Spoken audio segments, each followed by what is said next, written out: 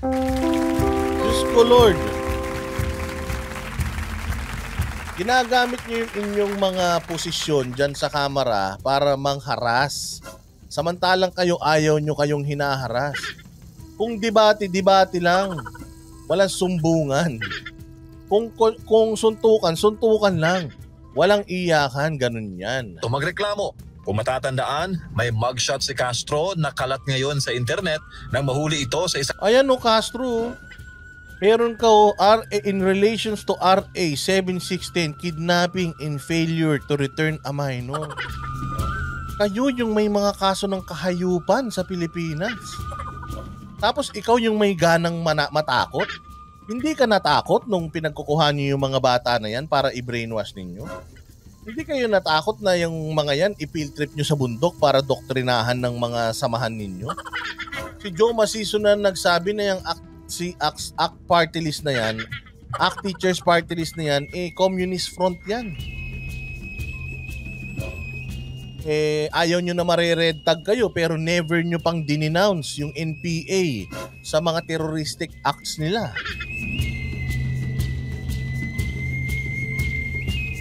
Diba? Kayo talaga ito nire-reactionan lang natin, baka pati ikaw kumaso na rin sa amin.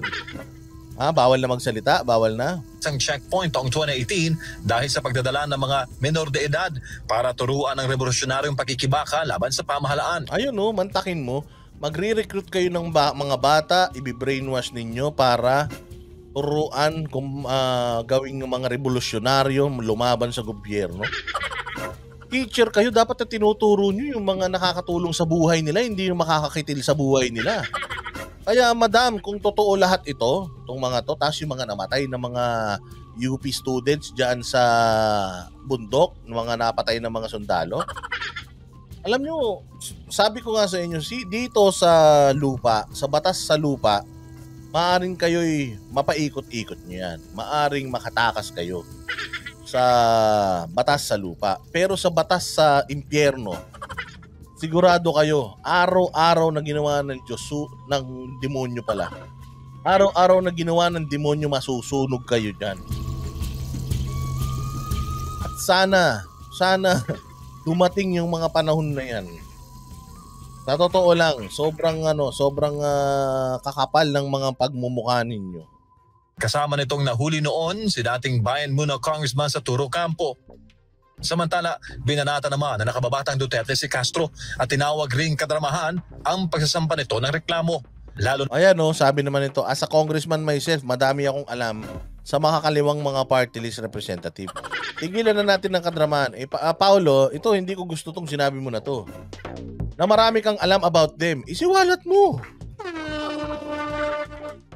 Isiwalat mo. Hindi pa pwede yun. Para may alam din ako sa inyo pero hindi ako nagsasalita. Mali ka doon, pulong. Kung may alam ka sa kanila, isiwalat mo na. Isiwalat mo para magkaalaman na, hindi yung ganyan para tayong nagtatakutan. Ilabas mo kung ano yung mga nasa tingin mong katarantado ang pinagagawa rin nila dyan. At bilang kongresista ay marami din daw siyang alam laban sa mga kaliwang congressman. Para naman sa dating NPA kadre na si Ka Eric, tama lamang ang mga pitik na nakababatang Duterte. Nadramahan talaga sapagkat deny to death pa si Franz Castro na siya ay operatiba ng CPP, NPA, NDF. Kita mo, dinideny niya na operatiba siya ng CPP, NPA, NDF. Tapos nasaktan siya doon sa sinabi ni PRD na gusto kong ubusin, patayin lahat ng mga komunista. Totoo naman na may kalaban tayong mga komunista sa Pilipinas. Di ba? May laban naman talaga ang gobyerno sa komunismo. Anong gusto mo? Buhayin mo yung komunista. Kalaban mo nga. Patayin dapat talaga yung mga yan. At siya ay aktibo sa urban operations to infiltrate our government, to destroy the government from within. Classic yan na revolutionary dual tactics o taktikang doble cara. I agree to that. Kasi si Cory may kasalanan nito. Party list na to kasing mga Aquino administration na to, mga komunista din ang utak na itong mga hayop na ito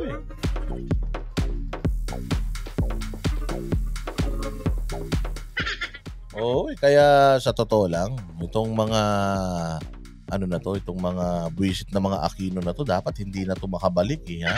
Wag nyo nang pabayaang makabalik sa Malacanang ang mga Aquino na yan, kahit sino sa kanila.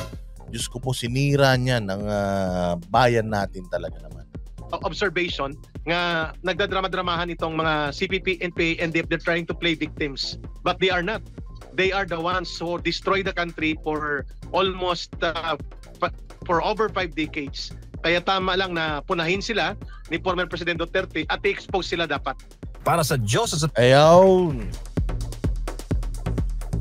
Oh, so ito naman yung sagot ni Franz Castro. Ito naman yung sagot ni Franz Castro diyan sa sa patotsada ni Pulong. Ayan, sabi niya, who is onion skinned? Ikaw yung sinabihan, tanga mo naman. Kakasabi na nga lang, wag tayong balat sibuyas. Sa'yo yung sinasabi, di ikaw. Kailangan pa bang tanongin ko sino? Oh, so yan, tingnan ninyo. Ito ang kanyang sagot sa onion skin kuno ng sinabi. Dapat ganyan lang. Pag may sinabi si Pulong, sagutin mo lang ganun. Pag sinabi ni PRD, sagutin mo lang ganun. Hindi mo kayang sagutin tapos Hindi mo kayang sagutin tapos iyak-iyak ka, tanda-tanda mo na Tumanda na kayo sa pakikibaka Sabi nyo, makibaka, wag matakot, tapos takot na takot ka. Diyos ko naman, ate. Hindi kayo natakot sa Diyos nung kumukuha kayo ng mga kabataan, ginagawa nyo mga rebelde. Tapos ngayon, natatakot kayo, salita ng matanda, di na nga makalakad. Diyos ko po. House Deputy Minority Leader and ACT Teachers Party List Representative Franz Castro stood firm, stating that former President Rodrigo Duterte issued a death threat against her during an interview, and this is not just mere criticism. She emphasized that death threats and red tagging aired on television must be stopped because these endanger the people's lives. According to the Makabayan Bloc lawmaker, this is the reason why she filed a grave threats complaint. The issue stemmed from Representative Castro's questioning of Vice President Sara Duterte's confidential funds. Matatanggap ko yung mga kritisismo kasi yun naman ay part ng freedom of speech. Yun naman pala O, tanggapin mo rin pag yung kritisismo na medyo may latay, tanggapin mo rin. Freedom of expression. Pero yung death threat, iba ito doon sa criticism. Yung pagpapabagsak sa gobyerno, hindi ba din yan? Masama din yan? Parang death threat din yan kasi gusto nyong patayin yung demokrasya sa Pilipinas, di ba? Pag kayo pwede, pag iba, bawal, ganon. Saka hindi naman niya sinabi na Castro papatayin kita. Hindi niya sinabi na ganun. Sinabi lang niya gusto kong patayin ka pero gagawin ko ba? Pwedeng hindi. At saka sinabi nga na patayin ka. Patayin ka sa sarap, ganun. Patayin ka sa selos. O patayin ka sa inggit. O kaya patayin ka sa sa busog. Pwedeng patayin ka sa kiliti. Madami kasing madami kasing pwedeng maging ibig sabihin yun. Ikaw naman, napaka mo naman, sensitive mo naman kasi ma'am. Kaya ngayon sinasabi ni Pulong onion skin kasi ang sensitive mo. Davao City 1st District Representative Paulo Pulong Duterte defended his father after his co-lawmaker Castro took action. He said public servants should not be onion-skinned and should not make use of this right as a tool to silence critics. He also described the action of Representative Castro as drama. However, Castro asked the Davao City representative who truly bears the label of being onion-skinned. In the past, panahon ng kanyang tatay, si dating Presidente Rodrigo Duterte, marami na kaming mga na-receive na mga kung ano-anong mga name calling, red tagging, vilification, harassment. Pero hindi naman kami kumikibo, no? Hindi naman pala kayo takot Noon pa pala, presidente siya, capable siya na lipulin kayong lahat, hindi kayo natakot. Ngayon pa kayo natakot na private citizen na siya? Ano to, Franz Castro, pinagsasabi mo? Franz Castro? Ano to, katangahan ba to? Kung dapat na matakot kayo noong presidente siya, pero ngayon na wala na siyang Armed Forces of the Philippines behind him, wala na siyang PNP behind him, wala na siyang Congress and Senate na nakatulong sa buhay niya. Ngayon pa kayo natakot? Noon may confidential funds siya, kaya niya nga kayong ubusin lahat eh. Bumili nga siya ng maraming mga helicopter na panglipon sa inyo, hindi naman nila masyadong ginamit, di ba? Ano sinasabi mo? So, pero iba na tong death threat na binanggit ng kanya. Ang arte mo, Nay. Sa totoo lang, apaka-arte mo. Napaka-arte mo. Sa daming, alam mo, galit na galit sa inyo mga Pilipino, sa totoo lang. Hindi lang po si Duterte yung nangangarap na malusaw na kayo, marami talaga. Yung mga magulang, yung mga magulang na sinira ninyo yung kanilang mga buhay ng kanilang mga anak para sa pakikibaka ninyo. So doon hindi kayo natakot sa Diyos habang ginagawa niyo yung pagdodoktrina sa mga yan, hindi kayo natakot. PRD nakaupo lang. Sabihin mo na kasi. Sabihin mo na kasi na gusto mong patayin talaga yung mga komunista. Gumanon lang yung matanda, takot na takot ka. Palalaharin mo si PRD ng 1 kilometro, baka ikamatay niya na yun eh. Doon ka pa natakot? Niyang tatay. At tignan niya naman yung sarili niya, no? Dati kasi very onion skin din naman din siya na kapag merong sinasabi sa kanila ay talagang meron silang bad na sinasabi din. Sabi mo, onion skin sila. May bad silang sinasabi pag may sinasabi kayo. Ganun lang dapat. Minura ka, murahin mo rin. Hindi ba? Dinerty finger ka. Dirty fingerin mo rin, gantihan lang kayo. Bakit kailangan magkaso? Para patahimikin mo si PRD sa pagsasalita? Ganun ba yon? Hindi nyo naman mapapatahimik yung tao. So sinasabi niya, balat sibuyas din naman kayo. Dati nga na may sinasabi sa inyo eh. Panay nga ang pagsasalita nyo ng mga bad things. Ano ngayon? Nakakamatay ba yun? Hindi ba kapag ka nagmura ka at minura ka, nasugatan ka ba? Nagkapasa ka ba? Nagka-black eye ka ba?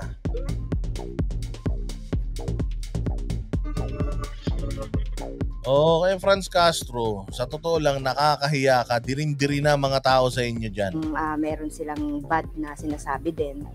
Rosa Licoz. Yung bata, no? Samantalang dati pagka may sinasabi naman sa kanila, may narinig silang mga bad sa kanila, na statement sa kanila, marami din naman silang mga bad na sinasabi din. Yun nga yung sinasabi natin, Castro, marami silang mga bad na sinasabi pero hindi sila ever nagsampa ng demanda para patahimikin kayong lahat.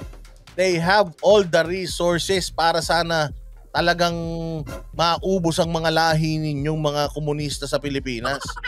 Pero hindi nila nagawa. May nakakapagsalita ka pa nga hanggang ngayon. So noong nakaupo si PRD, hindi ka natakot. Tapos ngayong private citizen na siya, matatakot ka. Ano ka ba? Napaka-OA mo. Diyos ko, wala nang maniniwala sa'yo. Tambalos-los etong mga tao mo. Sabi ko nga sa'yo, nako, sirang-sira ka dito. Wala na kayong pare-parehas na mga silbi. Tingnan pa natin yung isang balita din tungkol dyan sa drama ni Franz Castro. Ito rin yata yun eh. Pero ipakita pa rin natin para mas marami kayong sama ng loob ngayong gabi. Dahil ginagalang naman natin yung freedom of expression, freedom of speech.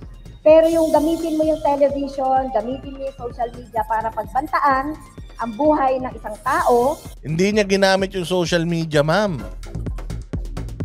Nagsalita siya sa istasyon ng radyo sa SMNI. Kung ikinalat ng SMNI yung video na yan, sampaan mo ng kaso yung SMNI, hindi yung nagsalita. Hindi naman yan pinost ni PRD sa Facebook niya. Wala naman Facebook yung matanda. Wala naman YouTube channel yung matanda katulad ni BBM. Paano mo sinabing pinakalat niya yung grave threat na sinasabi mo? Ano ba naman itong kongresista na to?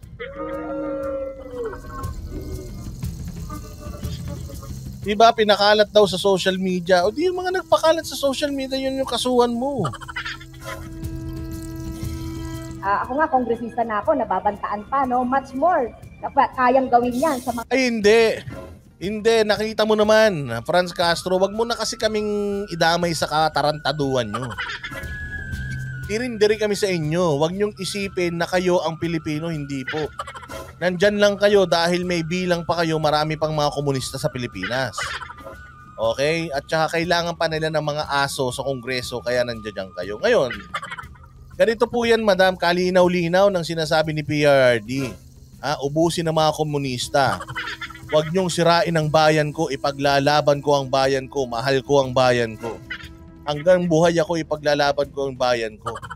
Yun ang sinasabi ni PRRD sa kanyang mga talumpati, sa kanyang mga interview. Kaya wag mo nang brainwashing yung mga tao na pag ako nga, congressman ginanyan nila, lalo na kaya yung mga ordinaryong tao. Ganyan din yung sinasabi ni Teves nun Siya nga kongresista, ginawa pang terorista Ano ba, meron ba kayong salitang doon? Meron ba kayong comment tungkol doon? Di ba wala naman? Di ba? Sabi ko nga sa inyo, self-serving yung mga ninyo, yung mga statement nyo Di ba yan din ang statement natin? Si Teves nga congressman, sitting congressman, binoto ng demokrasya. Tapos ginawang terorista, tinanggal pa dyan sa Kongreso. Meron ba kayong imik? Wala naman. Bantag, ganyan din. Nagawa nga kay Bantag, lalo na kaya sa mga ordinaryong tao. Tinan mo, anong gustong gawin sa Banateros Brothers? Gusto kaming kasuhan para tumahimik, di ba? Yun, may katotohanan. Pero sa inyo, wala. Walang katotohanan na ikaw gustong patahimikin. Di lalo na kayo mga normal na tao. Hindi. Hindi po kayo normal at ayaw po sa inyo ng mga normal na tao. Kasi si PRRD, mahal na mahal niya yung normal na tao. Gusto nga ni PRD yung normal na tao protektahan mula sa mga komunistang katulad nyo.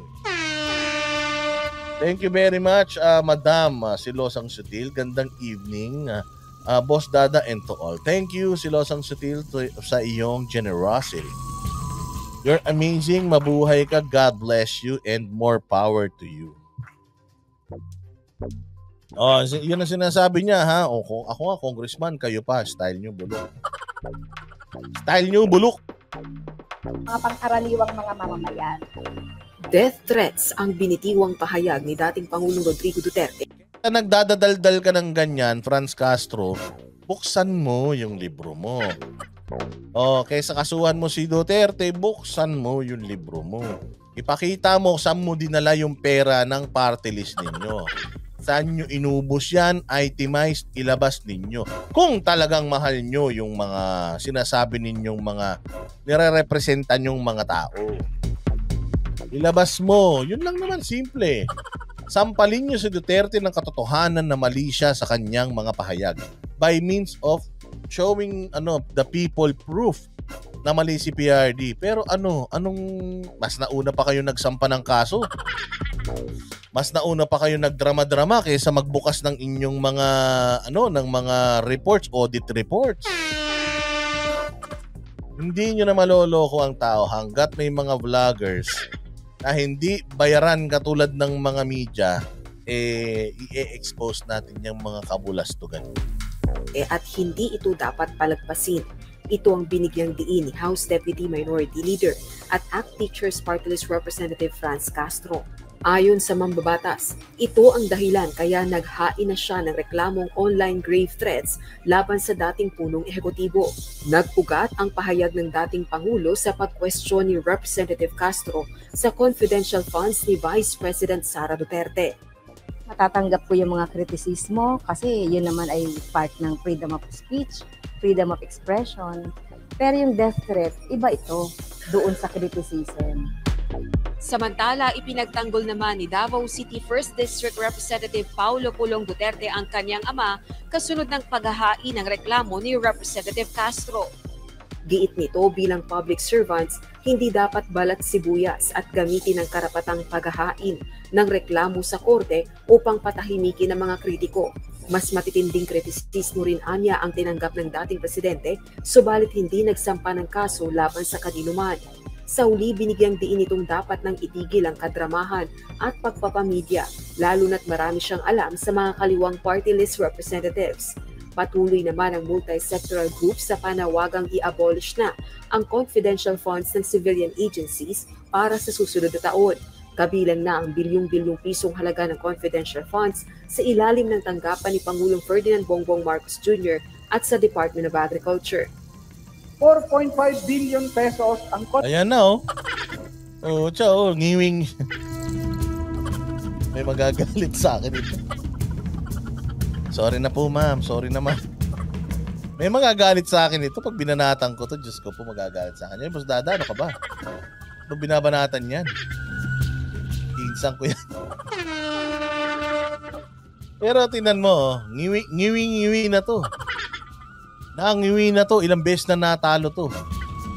Oh, sa kakakahol, ngiwing-ngiwi na. Diyos ko po, hanggang ngayon. Yan lang talagang kabuhayan nila. confidential fund ni President Marcos. Anong karapatan niya? Anong karapatan niya na magkaroon ng confidential? Oh, ang walang karapatan magkaroon ng confidential funds kayo. At saka, presidente yan, dapat talaga may pondo yan. Ano ka ba? Saka yung pondo na yan, si PBBM, gagamitin niya yan, malamang hindi sa inyo.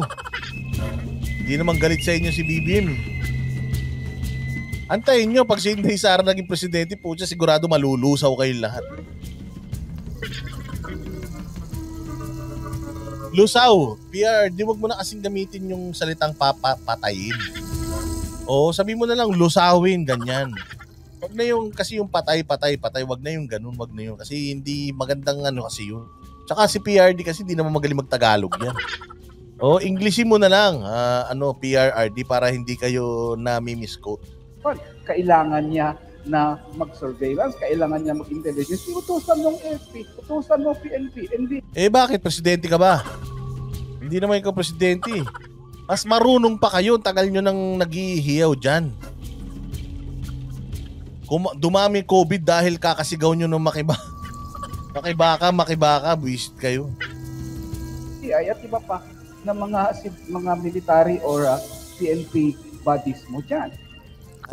Kaya tama ngayon pa lang gumagalaw na tong mga to kasi alam nila sobrang delikado tayo. Pag nanalo si Inday, balita ko, pagka si Inday daw ang mayor sa Davao, putya lahat tumitino. Pag si PRRD, dahil si PRD mahilig sa chicks. Pag si PRRD, medyo sakto lang, inom-inom, chicks dyan. Punta-punta ng beer house, ganyan. Buhay yung mga beer house pag si PRD. Pero pag si Inday daw, alas 10, tulog na. Saan ka makakita ng beer house hanggang 9 o'clock lang yung last order. Kaya as early as now, etong mga komunista, etong mga makakaliwa, as early as now, talagang niraratsyada na nila. Kasi pag nanalo si Inday, Diyos ko po, lahat ng bibilin na bala ng kasundaluhan, sigurado uubusin sa kanila. Ay, Ma'am Kish, magandang gabi po. Sorry na. Ay, nako, ewan ko ba,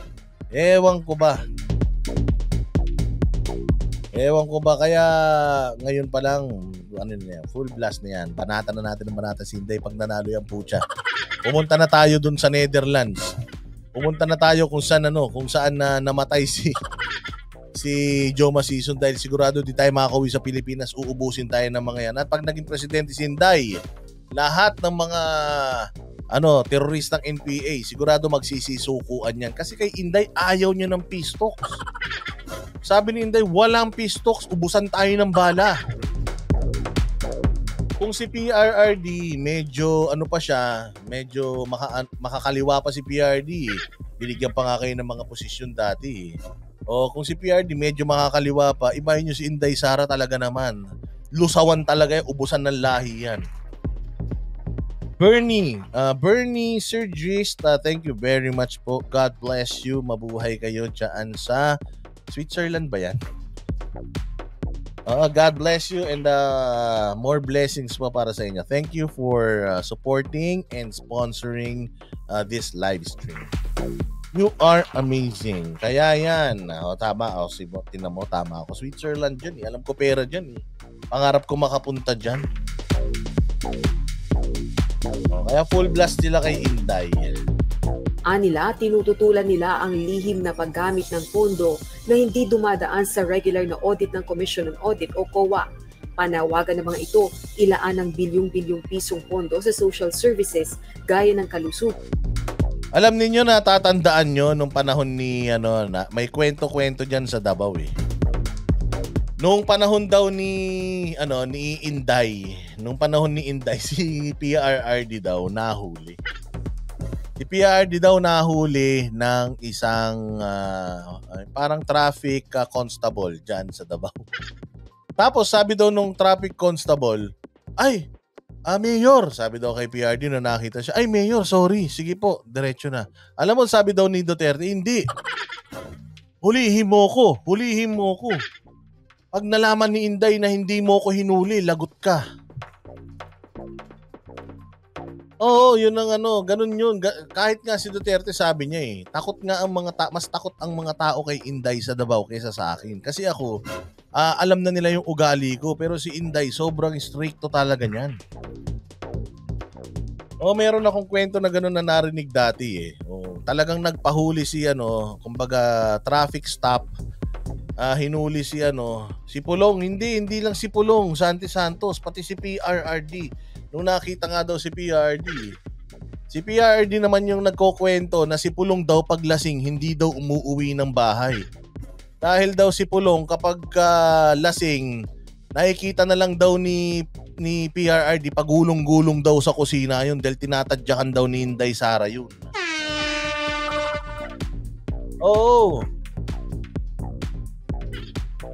Totoo yun. Yun yung mga istoryahe niyan. Kahit nga yan si si Baste, takot yan kay Inday. Hinuli si Inday at si Pulong ng speeding dati. Iba pa yung kay Inday na nahuli siya. May mga istorya silang ganyan. Kaya doon mo masasabi na talagang itong mga ito ay maayos ang pamamalakad nila sa kanilang mga nasasakupan. Palakpakan natin.